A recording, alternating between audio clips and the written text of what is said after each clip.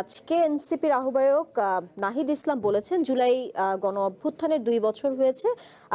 আমরা একটি গণতান্ত্রিক নতুন বাংলাদেশ দেখতে চাই, কিন্তু সেই আকাঙ্ক্ষিত বাংলাদেশ আমরা এখনো পাইনি। একটু জানতে চাই, জুলাই আন্দোলনে যেই কাঙ্ক্ষিত বাংলাদেশ সেটি আসলে কেন পাওয়া গেল না, ছোট্ট করে যদি আপনি বলতে চান।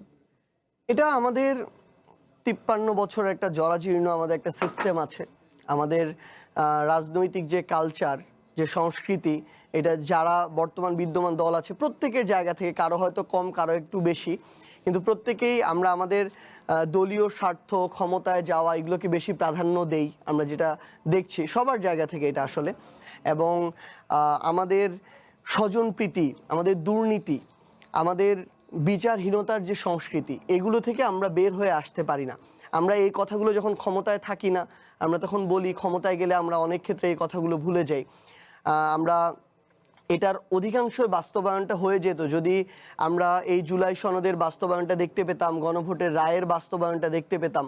কিন্তু আমরা এখানে একটা গড়িমসি লক্ষ্য করছি, যেটা আমাদেরকে অনেক বেশি ব্যথিত করে। কারণ বিএনপি সবচেয়ে বড় দল হিসাবে বর্তমান বিরাজমান, সবচেয়ে বেশি সাফারার কিন্তু তারা ছিল, এবং এই বিষয়গুলো নিয়ে সবচেয়ে বেশি তারা কথা বলেছে। কিন্তু ওইগুলোরই যখন বিপরীত চরিত্র অনেক ক্ষেত্রে আমরা দেখি, এটা আমাদেরকে অনেক আশাহত করে। এবং দেখেন, আমরা যদি দিন শেষে মানে দেশটাকে ঠিক করতে চাই, তাহলে কেউ একজন যদি অপরাধ করে, সে আমার দলেরও যদি হয়, তার বিরুদ্ধে আমার ব্যবস্থা নেয়ার মতো আমার মানসিকতা থাকতে হবে। আবার একটা মানুষ যদি যোগ্য হয়, সে যদি আমার দলেরও না হয়, ওই যোগ্য মানুষটাকে যোগ্য চেয়ারে বসার আমার সুযোগ করে দিতে হবে।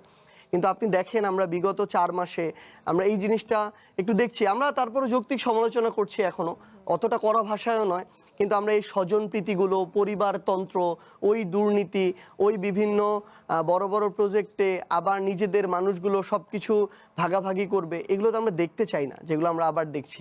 তো সামগ্রিকভাবে এই পুরো বিষয়গুলো মানে আমার কাছে মনে হয় আর কি, যে এগুলো, এটা আমাদের ওই মনস্তত্ত্ব, আমাদের রাজনৈতিক কালচার এটার জন্য অনেকাংশে দায়ী।